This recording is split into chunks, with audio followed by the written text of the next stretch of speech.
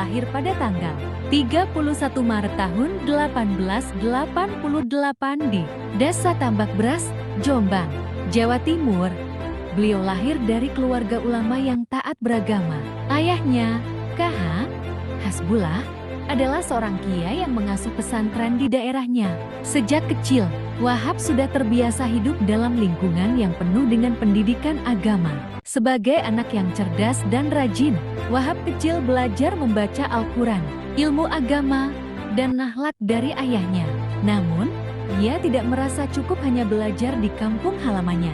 Untuk memperdalam ilmu agama, ia berkelana dari satu pesantren ke pesantren lain di Jawa.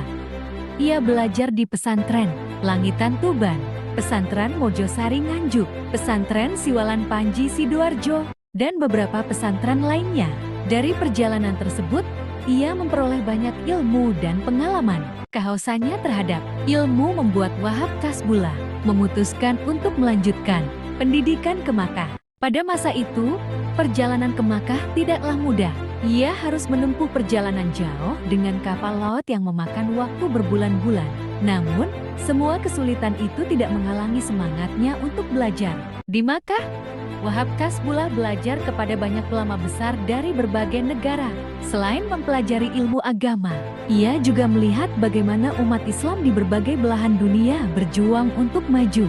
Pengalaman tersebut membuka wawasannya dan menumbuhkan keinginan untuk membawa perubahan bagi masyarakat Indonesia. Ketika kembali ke tanah air, setelah kembali ke Indonesia, KH Wahab Hasbullah melihat bahwa umat Islam membutuhkan pendidikan yang lebih baik dan persatuan yang lebih kuat. Karena itu, ia mulai aktif mendirikan berbagai organisasi. Pada tahun 1916, ia mendirikan Nahdlatul Watan yang bertujuan membangkitkan rasa cinta tanah air. Kemudian ia mendirikan Tashwirul Afkar sebagai tempat diskusi para ulama dan pemuda untuk membahas masalah agama, pendidikan, dan kehidupan masyarakat. Semangat perjuangannya semakin besar ketika melihat tantangan yang dihadapi umat Islam bersama KH Hashim Asy'ari dan para ulama lainnya.